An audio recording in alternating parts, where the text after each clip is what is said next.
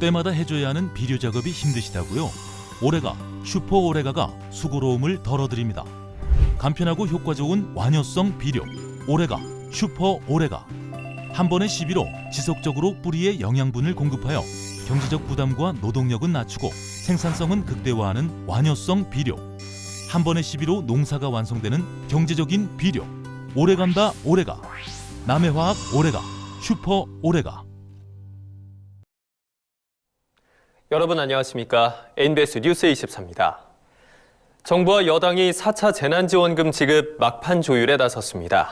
재난지원금 규모는 20조 원 내외로 정해질 것으로 보입니다. 네, 지급 규모와 범위가 28일 확정될 예정인 가운데 농업 분야도 지원 대상에 포함될지 이목이 집중되고 있습니다.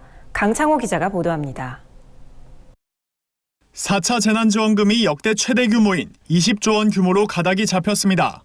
정부는 조만간 지급 방안을 확정해 오는 3월 중 쓸 수 있도록 하겠다는 방침입니다. 김상조 청와대 정책실장은 최근 열린 국회 운영위원회에 출석해 4차 재난지원금 규모가 20조 원 내외가 될 것이라고 말했습니다. 추경과 이미 편성된 예산을 합한 것으로 재난지원금 논의는 마무리 단계라고 밝혔습니다. 원래 본 예산에 들어가 있는 예산 항목 중에서 좀 더 신속하고 집중하게 해서 사용할 부분까지 합쳐서 그 정도로 지금 저희들이 작업을 하고 있습니다. 더불어민주당은 4차 재난지원금과 관련해 지급 대상을 확대하겠다는 뜻을 재확인했습니다. 이에 농업 분야가 지급 대상에 포함될 수 있다는 기대감이 커지고 있습니다. 박성준 민주당 원내대변인은 최근 의원총회 이후 기자들을 만나 이번 추경안에 버팀목 자금을 상향하고 특수고용직과 프리랜서 등 사각지대를 최소화하는 방안도 담을 예정이라고 언급했습니다. 또 피해 지원 분야의 농업을 포함하고 일자리 창출, 백신 치료제 예산까지 포함시킬 것이라고 덧붙였습니다. 추경 예산 확보 방안으로는 정부와 국채 발행 등을 논의 중이라고 밝혔습니다. 농업계는 민주당의 재난지원금 지급 대상 확대 방침에 환영의 뜻을 표하면서도 아직 안도할 수는 없다는 입장입니다. 5개 농민단체가 연합한 농민의 길은 25일 서울 여의도 더불어민주당사 앞에서 기자회견을 열고 4차 재난지원금 지급 대상에 농업 분야를 반드시 포함해 줄 것을 강조했습니다. 아직 재난지원금 지급 대상이 확정되지 않은 만큼 농업계의 의지를 강하게 전달한 겁니다. 농민의 길은 지난해 코로나19 확산과 이상기후로 농민의 생계가 벼랑 끝으로 몰렸다고 목소리를 높였습니다. 생산량 감소와 농산물 소비 부진으로 농지 임대료조차 내기 어려운 상황이라는 겁니다. 불확정이 됐던 걸 다 갈아엎는 그런 상황들이 작년 1년 동안 벌어졌습니다. 그러면서 많은 어려움들이 있었음에도 불구하고 재난지원금 부분에 있어서 또다시 농민들을 타심하고 있습니다. 다시 한번 집권 여당 그리고 정부에게 촉구합니다. 농민에게 재난지원금을 지급할 것을 촉구합니다. 4차 재난지원금의 지급 범위와 규모는 28일 고위당정청 회의를 통해 확정될 예정입니다. 민주당은 이르면 다음 달 18일 4차 재난지원금을 위한 추경안을 국회에서 통과시킨다는 목표입니다. MBS 뉴스 강창호입니다. 강원도 원주시의 산란계 농장에서 고병원성 조류 인플루엔자 AI가 발생했습니다. 강원도는 지난해 가을 국내에서 고병원성 AI가 발생한 이후 확진 농가가 한 곳도 나오지 않아 AI 청정 지역을 유지해 왔는데요. 도내에 첫 AI 확진 농가가 나오면서 농가들은 그야말로 살얼음판을 걷는 분위기입니다. 김하은 기자가 취재했습니다. 강원 원주시의 한 산란계 농장에서 고병원성 조류 인플루엔자 AI 확진 판정이 나오면서 방역당국과 가금 농가들이 충격에 휩싸였습니다. 방역당국은 지난 23일 해당 농장으로부터 닭이 폐사했다는 신고를 받고 간이검사를 진행한 결과 의심 증상을 보이는 24마리 중 9마리가 양성으로 확인됐고 이후 농림축산검역본부의 정밀검사를 거쳐 H5N8형 고병원성 AI로 최종 확인됐다고 최근 밝혔습니다. 강원도 내 가금 농장에서 AI가 발생한 건 2017년 1월 이후 4년 만입니다. 25일 기준 강원도의 야생조류 AI 검출 사례는 41건으로 전국에서 가장 많지만 가금 농장에서의 확진 사례는 단 한 건도 발생하지 않아 그동안 이른바 AI 청정 지역을 유지해왔습니다. 강원도는 감염 경로에 대해 역학조사를 진행 중이라고 밝혔습니다.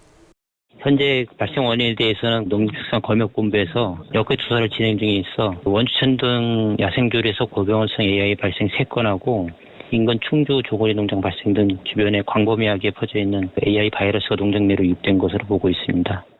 방역당국은 즉각적인 차단 방역에 나섰습니다.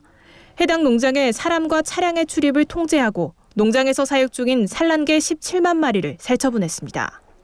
정부의 방역 조치에 따라 1km 내 동일 축종은 모두 살처분해야 하는데 발생 농장 반경 1km 내에 산란개 농장은 없는 것으로 확인됐습니다. 다만 인근 10km 방역대 내에는 130여 농가가 가금류 10만여 마리를 사육하고 있어 안심할 수 없는 상황입니다. 강원도에서 첫 AI 확진 사례가 나오자 인근 가금 농가들의 긴장감도 최고조에 달했습니다. 지금 그전에도 긴장 속에 있었는데 원주 인근에 오니까 너무 답답하죠. 막상 AI가 오면은 그 농가 손실은 진짜 이루 말할 수가 없어요. 평생에 걸쳐서 이뤄놓은 터전인데 하루아침에 다 잃게 되잖아요. 한편 농식품부는 지난 23일 가축방역 심의회를 열어 당초 28일까지였던 고병원성 AI와 구제역 특별 방역 대책 기간을 다음 달 14일까지 2주 연장하기로 했다고 밝혔습니다. MBS 뉴스 김하은입니다. 아프리카 돼지열병 중앙사고수습본부가 봄철 멧돼지 출산기를 앞두고 ASF 방역 강화 대책을 내놨습니다. 야생 멧돼지 집중 포획으로 확산을 차단하는 한편 경작 활동을 하는 양돈 농가 등 다소 취약한 사육돼지의 방역 관리도 강화할 방침입니다. 김인경 기자입니다. 봄철 야생 멧돼지 출산기를 앞두고 멧돼지 개체수가 급증하고 있습니다. 최근 광역 울타리 바깥에서 아프리카 돼지열병 ASF 감염 멧돼지 발견이 잇따르는 등 양돈 농장 밀집 지역으로의 ASF 유입 우려가 커지는 상황입니다. 이에 ASF 중앙사고수습본부는 25일 봄철 ASF 방역 강화 대책을 추진한다고 밝혔습니다. 방역은 야생 멧돼지와 사육돼지, 투트랙으로 나누어 진행합니다. ASF 중수부는 먼저 야생 멧돼지 집중 포획과 폐사체 수색, 울타리 설치를 확대합니다. 특히 날씨가 풀리면서 수풀이 우거지면 폐사체 수색이 어려워지는 데다 기온이 올라 곤충 등 매개체 활동이 늘고 멧돼지의 행동 반경이 커지면 방역에 큰 어려움이 예상되는 만큼 빠른 조치에 팔을 걷어붙입니다. 중수부는 3, 4월에 야생 멧돼지 일제 포획 기간을 운영해 멧돼지 서식 밀도를 최대한 줄인다는 계획입니다. 이를 위해 제한적 총기 포획을 확대하고 특별 포획단을 운영하는 등 포획 활동을 강화합니다. 또 3월 1일부터 일주일간 멧돼지 폐사체 일제 수색 기간을 운영하고 서식지 환경 검사와 소독도 실시할 예정입니다. 수색 인력을 신규로 편성하고 산악 전문 특별수색팀, 군부대 등 가용 자원을 총동원하여 신규 광역 노선과 농가 주변 산악지대의 폐사체를 집중 수색하겠습니다. 아울러 대규모 양돈 농장 주변으로 차단 울타리를 설치하는 한편 멧돼지의 남서쪽 이동을 막기 위해 구조물을 활용한 차단망도 구축합니다. 무엇보다 중요한 건 사육돼지가 ASF에 감염되지 않도록 지키는 겁니다. 중수부는 사람이나 차량에 의해 오염원이 양돈 농장 안으로 유입되지 않도록 차단 방역을 강화합니다. 농장에 울타리와 소독시설 등 미흡한 방역시설이 있다면 빠르게 보완하고 4월까지 농림축산검역본부와 지자체가 합동 점검을 벌일 계획입니다. 방역 취약 요인에 대한 집중 관리도 실시합니다. 모돈사 공사를 금지하고 모돈 출하 전 전수 검사를 실시하는 한편 모돈 도축장에서 비육돈과 모돈을 구분하는 등 보다 철저히 모돈을 관리할 방침입니다. 또 양돈 농장을 운영하면서 채소를 경작하는 복합 영농농가 199곳에 대해 소독을 강화하고 영농 장비의 농장 내 반입을 금지하는 등 방역 수칙 점검을 추진합니다. 후문이 설치된 양돈 농장 191곳은 소독 여부를 집중적으로 살피고 소독시설이 없는 출입구는 폐쇄합니다. 전국의 모든 양돈 농장 관계자분들께서는 농장의 미흡한 소독 방역시설을 신속하게 개선토록 하고 봄철 영농활동 자제와 영농 장비의 농장 내 반입 금지 등 기본적인 방역 수칙을 철저히 준수해 주실 것을 당부드립니다. 중수부는 또 외국인 근로자도 방역 수칙을 숙지할 수 있도록 15개 국어로 된 다국어 안내문을 제작해 매일 문자 메시지를 발송하는 등 홍보와 교육을 강화한다고 밝혔습니다. NBS 뉴스 김인경입니다. 농업 분야에서도 고부가 가치 창출을 위한 첨단 기술 개발 노력이 더해지고 있습니다. 최근 농업기술실용화재단은 이런 추세를 반영해 디지털 농업기술의 보급 기반을 조성하고 기술 기반의 벤처 창업 지원도 강화할 방침이라고 밝혔습니다. 손현진 기자가 보도합니다. 올해 정부 차원의 첨단 농업기술 개발과 상용화, 농업 분야 벤처 창업 육성에 대한 지원이 확대될 전망입니다. 24일 농업기술실용화재단은 2021년 중점적으로 추진할 과제들을 발표했습니다. 먼저 첨단 농기자재 현장 실증과 표준화, 검정 사업을 확대해 디지털 농업기술의 상용화를 추진한다는 계획입니다. 디지털 농기자재에 대한 현장 실증 지원을 늘리고 스마트팜 혁신밸리 실증단지를 운영하며 실증 서비스를 제공하기로 했습니다. 또 전북 익산에 있는 ICT 검인증센터에서 첨단 기자재 검정 업무를 추진하고 디지털 농기자재에 대한 국가표준 확산 지원 대상을 늘릴 예정입니다. 스마트팜에 들어가는 ICT 기자재라든가 드론으로 말하는 무인 항공 살포기, 그다음에 자율주행 농기계 등 검정 항목을 대폭 확대하고 검정 분야는 성능, 안정성 중심에서 호환성, 신뢰성까지 확대해서 운영할 계획으로. 스마트팜 패키지 수출을 위한 한국형 데모 온실은 카자흐스탄과 베트남에서 올해 하반기 본격적으로 운영됩니다. 또 기술 기반의 벤처 창업 육성에 지난해보다 20% 많은 153억 원을 지원하고 그린바이오 벤처기업 육성에도 28억 원을 신규 지원하기로 했습니다. 그린바이오 기업 육성은 마이크로바이옴 등 5대 전략 분야를 대상으로 10개 기업을 선발해 제품 생산과 투자 유치 등을 뒷받침한다는 설명입니다. 그동안 5개 단계로 나눠 추진해온 농업기술 실용화 사업은 공공과 민간의 양대 분야로 개편하고 민간 분야 지원액을 기존 3억 원에서 37억 원으로 늘리기로 했습니다. 친환경 저탄소 농업기술 보급도 주요 과제에 포함됐습니다. 저탄소 농축산물 인증 농가는 지난해보다 300가구 많은 5,000가구로 저탄소 인증 품목은 신규 10품목을 더한 61개로 확대할 계획입니다. 농식품기업 온실가스 감축 지원증을 통해서 온실가스 감축을 20년 13.8만 톤 CO2에서 금년에는 15.3만 톤 CO2까지 확대할 계획으로 있습니다. 이 밖에도 실용화재단은 우수 신품종 종자와 종묘 보급을 늘려 종자 산업 경쟁력을 강화할 계획이라고 밝혔습니다. MBS 뉴스 손현진입니다. 품질엔 큰 문제가 없지만 모양이 비대칭이거나 외관에 흠집이 난 농산물을 흔히 못난이 농산물이라고 부르죠. 저렴한 가격에 신선한 우리 농산물을 맛볼 수 있어 갈수록 못난이 농산물의 소비자 선호도가 높아지고 있습니다. 최근에는 이를 정기 배송해주는 업체들도 생겨나면서 소비자에게 인기를 끌고 있습니다. 남수지 기자입니다. 왼쪽 배와 오른쪽 배는 생김새는 비슷해 보이지만 등급이 다릅니다. 왼쪽 배는 모양이 고르지 않고 울퉁불퉁하다는 이유로 낮은 등급을 받았습니다. 이런 못난이 농산물의 경우 외관이 추락 규격에 맞지 않기 때문에 상품성이 떨어져 대부분 가공용으로 처리하거나 폐기 처분하기도 합니다.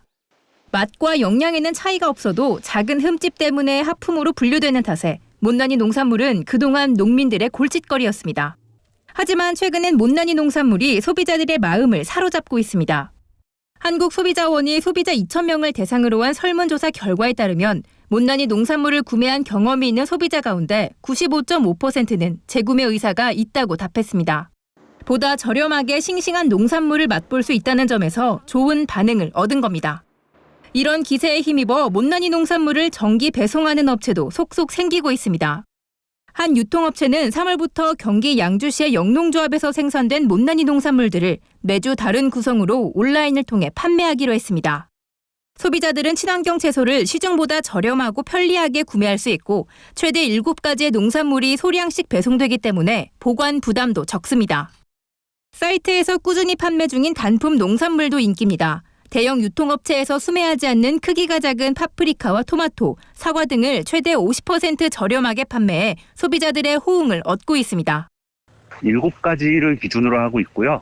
납품할 수 있는 그 사이즈 외의 것들이다 보니까 중량이 조금 다를 뿐이거든요. 그래서 생각보다 못생기지 않았어요. 생각보다 엄청 신선해 이런 게 많았고요. 농가들이 직접 못난이 농산물 판매에 나서기도 합니다. 지난 2019년 강원 영월군의 농가 5곳은 힘을 합쳐 협동조합을 만들었습니다. 이들은 주변 농가에서 표고버섯 등 못난이 농산물을 수매해 직거래 장터에서 판매하거나 가공품을 만들어 내놓고 있습니다. 시작할 땐 주변에서 우려도 많았지만 소비자들의 반응은 호평 일색이었습니다. 직접 이제 만져보고 이제 찢어봐서 먹어보고 하더만은 향과 맛이 굉장히 진하기 때문에 가격은 싸고 또 많이 주고 하다 보니까 더 낫다라고 이제 주부들이 인식을 하고 얼마 안 돼서 금방 동이 나버렸죠. 그동안 겉이 매끈하지 않다는 이유로 외면당했던 못난이 농산물. 이제는 소비자들의 전폭적인 지지를 받으며 소비자와 농가 모두 상생하는 선순환을 만들어 나가고 있습니다. MBS 뉴스 남수지입니다. 다음은 간추린 뉴스입니다. 농협 경제지주가 지난해 소 근출혈 피해 농가에 피해보상 보험금으로 23억 3천만 원을 지급했다고 최근 밝혔습니다. 소 근출혈 피해 보상 보험은 축산농가의 경영 안정과 출하 위험 요소 제거를 위해 농협축산물 도매분사와 NH농협 손해보험이 2019년부터 도입 운영해 오고 있습니다. 지난해에는 출하된 26만 8천 마리 중 78%인 20만 9천 마리가 보험에 가입했으며 이는 전년 대비 가입률이 15%포인트 상승한 것으로 축산농가의 실익 증진을 견인했다는 평가입니다. 소 근출혈 피해 보상 보험 가입은 소 출하 전이나 출하 시점에 공판장에서 할 수 있습니다. 농림축산식품부와 한국농수산식품유통공사는 올해로 4년차를 맞는 식품 외식기업 청년 인턴십의 사업 규모를 확대하고 참가 기업을 다음 달 10일까지 모집합니다. 인턴십 지원 사업은 미취업 청년을 인턴으로 채용하는 참가 기업에게 최대 3개월까지 인턴 연수비의 50%를 지원하고 연수생을 대상으로 식품위생 및 안전교육을 제공하는 사업입니다. 참가 기업은 인턴으로 채용한 인원의 50% 이상을 정규직으로 전환하도록 해 실제 일자리 창출로 이끈다는 계획입니다. 본 사업에 참여하고자 하는 기업은 ATFIS 홈페이지 모집 공고를 참고하면 됩니다. 경상남도 농업기술원은 최근 전국 토마토 재배 농가를 대상으로 작물 관리 기술에 관한 해외 전문가 온라인 교육을 실시했습니다. 올해 교육 대상은 코로나19 상황에 따라 경남도뿐만 아니라 전국의 희망농업인으로 확장했으며 농업인들은 자택에서 온라인으로 교육에 참여했습니다. 이번 교육을 진행한 해외 전문가는 벨기에 출신으로 온실 작물 관련 컨설턴트로 활동하고 있습니다. 김태경 도농기원 미래농업교육과장은 이번 해외 전문가 초빙 교육이 선진국의 재배 기술을 국내 농업에 도입할 수 있는 기회가 되길 바란다고 말했습니다. 경기도 농업기술원이 도내에서 안정적으로 재배 가능한 학교급식용 유기농 찰벼 품종으로 보람차를 선정했습니다. 그동안 도친환경 학교급식용 찰벼 품종은 대부분 백옥찰이었습니다. 백옥찰은 충청 이남 지역의 기후 조건에 맞게 만들어진 품종이기 때문에 경기 북부에서 재배할 경우 덜 여물어 푸른 빛을 띠는 쌀알인 청치가 많이 나고 수확량이 적다는 문제점이 있었습니다. 이에 도농기원은 백옥찰, 보람찰, 화선찰 등 6개 품종을 대상으로 재배 적합 찰벼 품종 선발 시험을 진행한 결과 모종 건강 상태와 병해충, 내 도복성, 그리고 발화율이 전반적으로 우수한 보람찰을 최종 선발했습니다.